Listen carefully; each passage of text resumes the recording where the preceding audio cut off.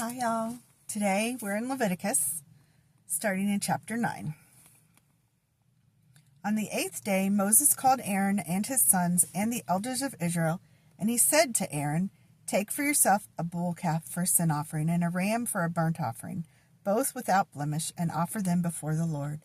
And say to the people of Israel, take a male goat for a sin offering, and a calf and a lamb, both a year old without blemish, for a burnt offering, and an ox and a ram for peace offerings to sacrifice before the Lord, and a grain offering mixed with oil, for today the Lord will appear to you."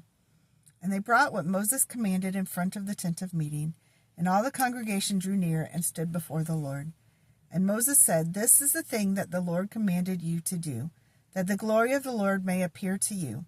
Then Moses said to Aaron, "Draw near to the altar, and offer your sin offering and your burnt offering, and make atonement for yourself and for the people, and bring the offering of the people, and make atonement for them, as the Lord has commanded." So Aaron drew near the altar, and killed the calf of the sin offering, which was for himself. And the sons of Aaron presented the blood to him, and he dipped his finger in the blood, and put it on the horns of the altar, and poured out the blood at the base of the altar. But the fat and the kidneys and the long lobe of the liver from the sin offering he burned on the altar, as the Lord commanded Moses. The flesh and the skin he burned up with fire outside the camp. Then he killed the burnt offering, and Aaron's sons handed him the blood, and he threw it against the sides of the altar. And they handed the burnt offering to him, piece by piece, and the head, and he burned them on the altar. And he washed the entrails and the legs, and burned them with the burnt offering on the altar. Then he presented the people's offering, and took the goat of the sin offering that was for the people, and killed it, and offered it as a sin offering like the first one. And he presented the burnt offering, and offered it according to the rule. He presented the grain offering, took a handful of it, and burned it on the altar, beside the burnt offering of the morning. Then he killed the ox and the ram, the sacrifice of peace offerings for the people. And Aaron's sons handed him the blood, and he threw it against the sides of the altar. But the fat pieces of the ox and of the ram, the fat tail, and that which covers the entrails, and the kidneys, and the long lobe of the liver, they put the fat pieces on the breasts, and he burned the fat pieces on the altar.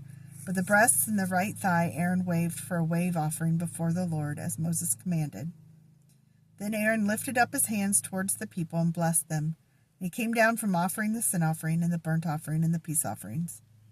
And Moses and Aaron went into the tent of meeting. When they came out, they blessed the people, and the glory of the Lord appeared to all the people. And fire came out from before the Lord, and consumed the burnt offerings and the pieces of fat on the altar. And when all the people saw it, they shouted and fell on their faces. 10. Now Nadab and Abihu, the sons of Aaron, each took his censer, and put fire in it, and laid incense on it, and offered unauthorized fire before the Lord, which he had not commanded them. The fire came out from before the Lord, and consumed them, and they died before the Lord. Then Moses said to Aaron, "This is what the Lord has said. Among those who are near me I will be sanctified, and before all the people I will be glorified." And Aaron held his peace. And Moses called Mishael and Elzaphan, sons of Uzziel, the uncle of Aaron, and said to them, "Come near, carry your brothers away from the front of the sanctuary and out of the camp." So they came near and carried them in their coats out of the camp, as Moses had said. And Moses said to Aaron and to Eleazar and Ithamar his sons, "Do not let the hair of your heads hang loose, and do not tear your clothes, lest you die, and wrath come upon all the congregation. But let your brothers, the whole house of Israel, bewail the burning that the Lord has kindled. And do not go outside the entrance of the tent of meeting, lest you die, for the anointing oil of the Lord is upon you." And they did according to the word of Moses. And the Lord spoke to Aaron, saying, "Drink no wine or strong drink, you or your sons with you, when you go into the tent of meeting, lest you die. It shall be a statute forever throughout your generations. You are to distinguish between the holy and the common, and between the unclean and the clean. And you are to teach the people of Israel all the statutes that the Lord has spoken to them by Moses." Moses spoke to Aaron and to Eleazar and Ithamar, his surviving sons, Take the grain offering that is left of the Lord's food offerings, and eat it unleavened beside the altar, for it is most holy. You shall eat it in a holy place, because it is your due and your son's due from the Lord's offerings, for so I am commanded. But the breast that is waved and the thigh that is contributed you shall eat in a clean place, you and your sons and your daughters with you. For they are given as your due and your sons' due from the sacrifices of the peace offerings of the people of Israel. The thigh that is contributed and the breast that is waved they shall bring with the food offerings of the fat pieces, to wave for a wave offering before the Lord, and it shall be yours and your sons with you as a due forever, as the Lord has commanded.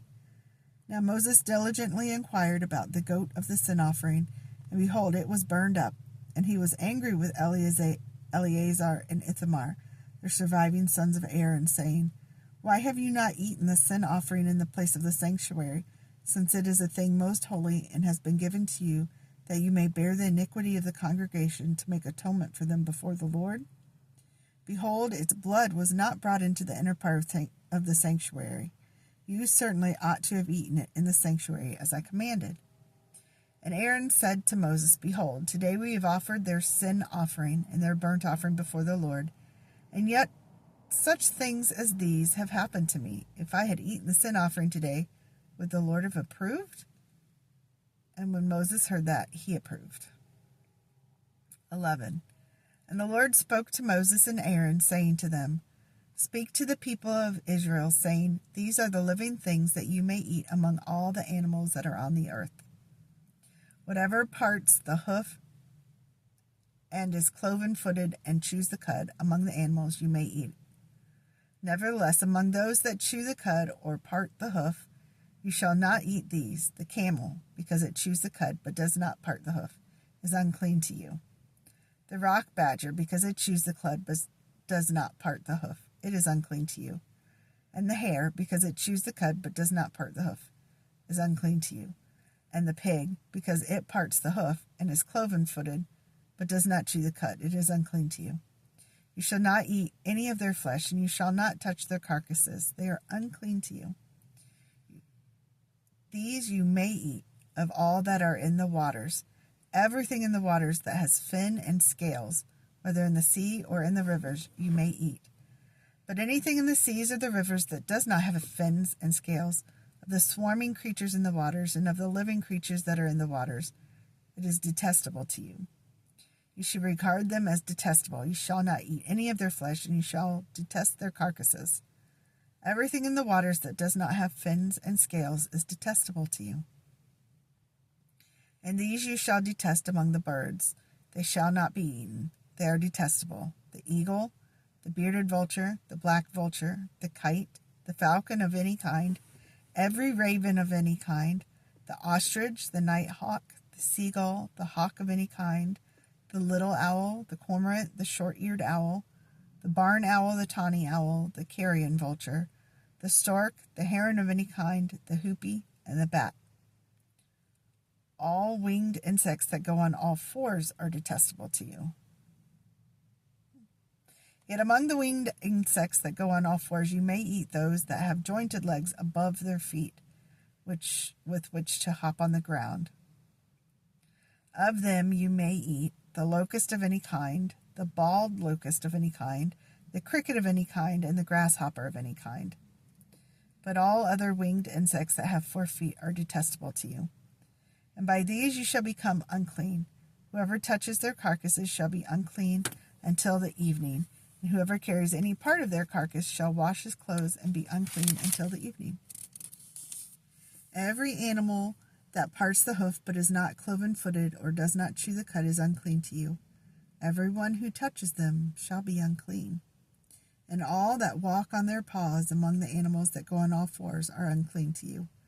Whoever touches their carcass shall be unclean until the evening, and he who carries their carcass shall wash his clothes and be unclean until the evening. They are unclean to you. And these are unclean to you among the swarming things that swarm on the ground: the mole rat, the mouse, the great lizard of any kind, the gecko, the monitor lizard, the sand lizard, and the chameleon. These are unclean to you among all that swarm. Whoever touches them when they are dead shall be unclean until the evening. And anything on which any of them falls when they are dead shall be unclean, whether it is an article of wood, or a garment, or a skin, or a sack, any article that is used for any purpose. It must be put into water, and it shall be unclean until the evening. Then it shall be clean. And if any of them falls into an earthenware vessel, all that is in it shall be unclean, and you shall break it. Any food in it that could be eaten, on which water comes, shall be unclean, and all drink that could be drunk from every such vessel shall be unclean. And everything on which any part of their carcass falls shall be unclean. Whether oven or stove, it shall be broken in pieces. They are unclean and shall remain unclean before you.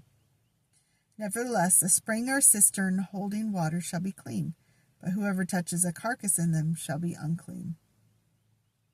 And if any part of their carcass falls upon any seed grain that is to be sown, it is clean.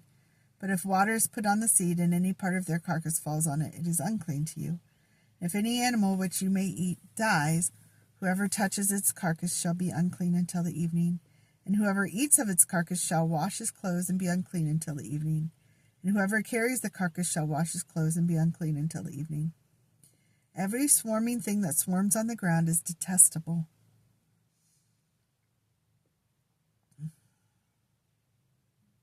It shall not be eaten.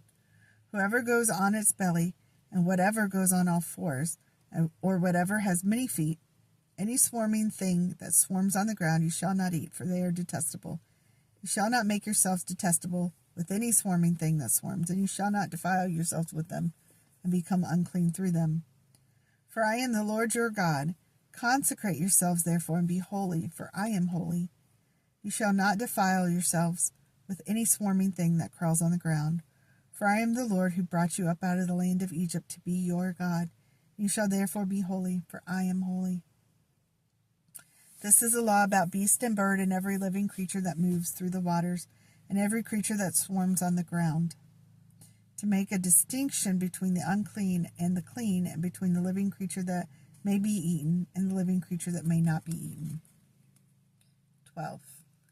The Lord spoke to Moses, saying, Speak to the people of Israel, saying, If a woman conceives and bears a male child, then she shall be unclean 7 days. As at the time of her menstruation, she will be unclean. And on the 8th day the flesh of his foreskin shall be circumcised. Then she shall continue for 33 days in the blood of her purifying. She shall not touch anything holy, nor come into the sanctuary until the days of her purifying are completed. But if she bears a female child, then she shall be unclean 2 weeks, as in her menstruation.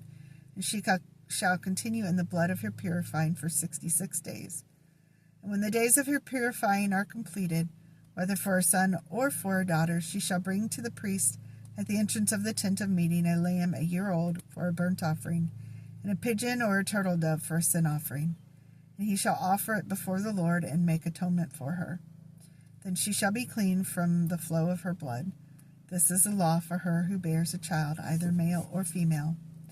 And if she cannot afford a lamb, then she shall take 2 turtle doves or 2 pigeons, one for a burnt offering and the other for a sin offering. And the priest shall make atonement for her, and she shall be clean. 13. The Lord spoke to Moses and Aaron, saying, When a person has on the skin of his body a swelling or an eruption or spot, and it turns into a case of leprous disease on the skin of his body, then he shall be brought to Aaron the priest, or to one of his sons the priests. And the priest shall examine the diseased area on the skin of the body. And if the hair in the diseased area has turned white, and the disease appears to be deeper than the skin of his body, it is a case of leprous disease. When the priest has examined him, he shall pronounce him unclean. But if the spot is white in the skin of his body and appears no deeper than the skin, and the hair in it has not turned white, the priest shall shut up the diseased person for 7 days. And the priest shall examine him on the 7th day, and if in his eyes the disease is checked, and the disease has not spread in the skin, then the priest shall shut him up for another 7 days. And the priest shall examine him again on the 7th day, and if the diseased area has faded, and the disease has not spread in the skin, then the priest shall pronounce him clean. It is only an eruption. He shall wash his clothes and be clean. But if the eruption spreads in the skin after he has shown himself to the priest for his cleansing, he shall appear again before the priest. The priest shall look, and if the eruption is spread in the skin, then the priest shall pronounce him unclean. It is a leprous disease. When a man is afflicted with a leprous disease, he shall be brought to the priest. And the priest shall look, and if there is a white swelling in the skin that has turned the hair white, and there is raw flesh in the swelling, it is a chronic leprous disease in the skin of the body, and the priest shall pronounce him unclean. He shall not shut him up, for he is unclean. And if the leprous disease breaks out in the skin, so the leprous disease covers all the skin of the diseased person, from head to foot, so far as the priest can see, then the priest shall look, and if the leprous disease has covered all his body, he shall pronounce him clean.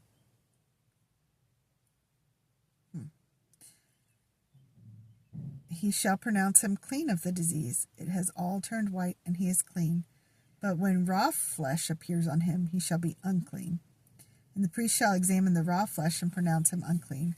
Raw flesh is unclean, for it is leprous disease. But if the raw flesh recovers and turns white again, then he shall come to the priest. The priest shall examine him, and if the disease has turned white, then the priest shall pronounce the diseased person clean. He is clean. If there is in the skin of one's body a boil and it heals, in the place of the boil there comes a white swelling or a reddish white spot, then it shall be shown to the priest. And the priest shall look, and if it appears deeper than the skin, and its hair has turned white, then the priest shall pronounce him unclean. It is a case of the leprous disease, and has broken out in the boil. But if the priest examines it, and there is no white hair in it, and it is not deeper than the skin, but has faded, then the priest shall shut him up 7 days. And if it spreads in the skin, then the priest shall pronounce him unclean. It is a disease. And if the spot remains in one place and does not spread, it is the scar of the boil, and the priest shall pronounce him clean. Or when the body is burned on its skin, and the raw flesh of the burn becomes a spot, reddish, white, or white, the priest shall examine it.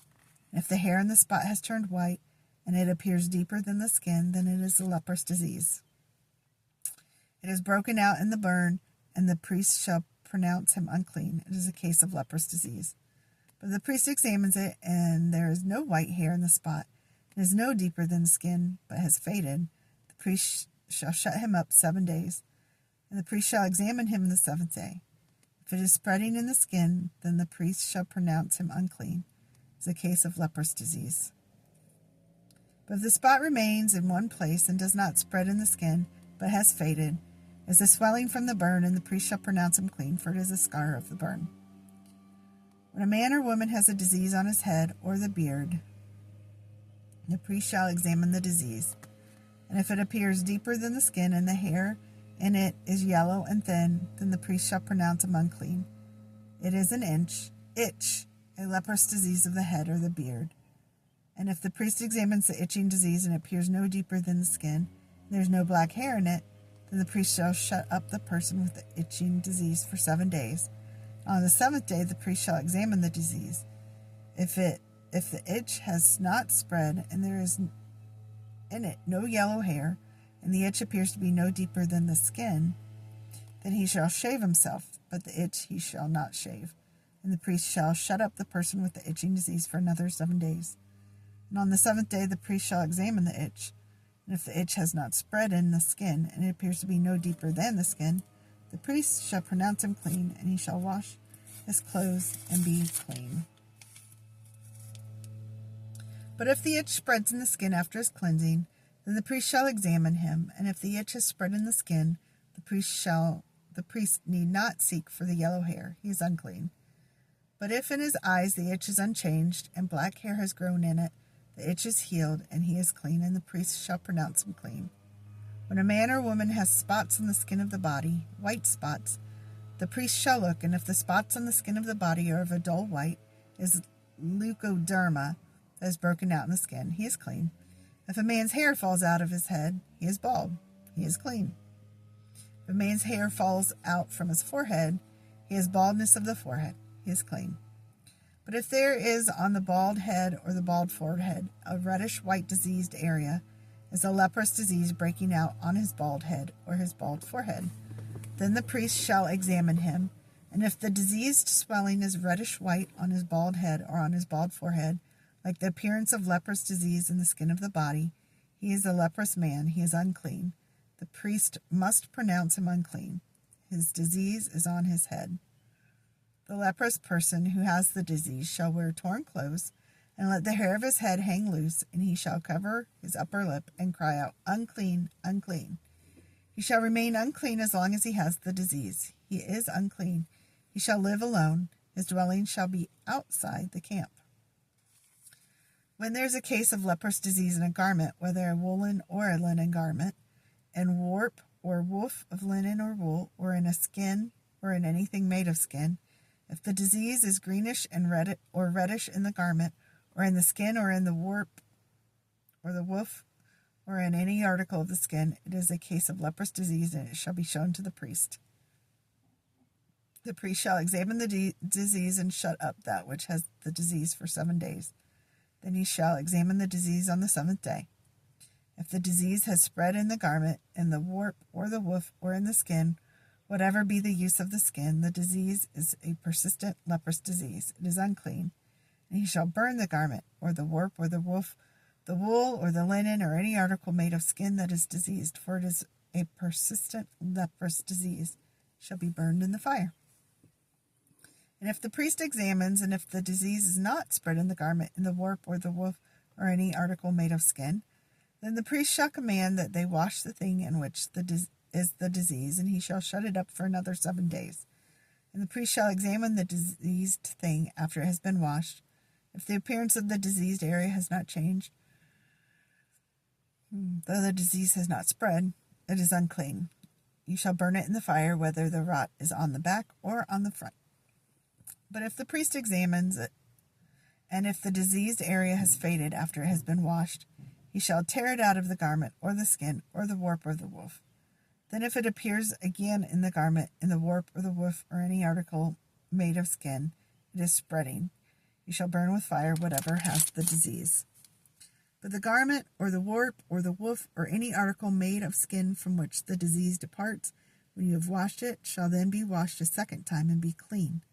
This is the law for a case of leprous disease in a garment of wool or linen, either in the warp, or the woof, or in any article made of skin, to determine whether it is clean or unclean.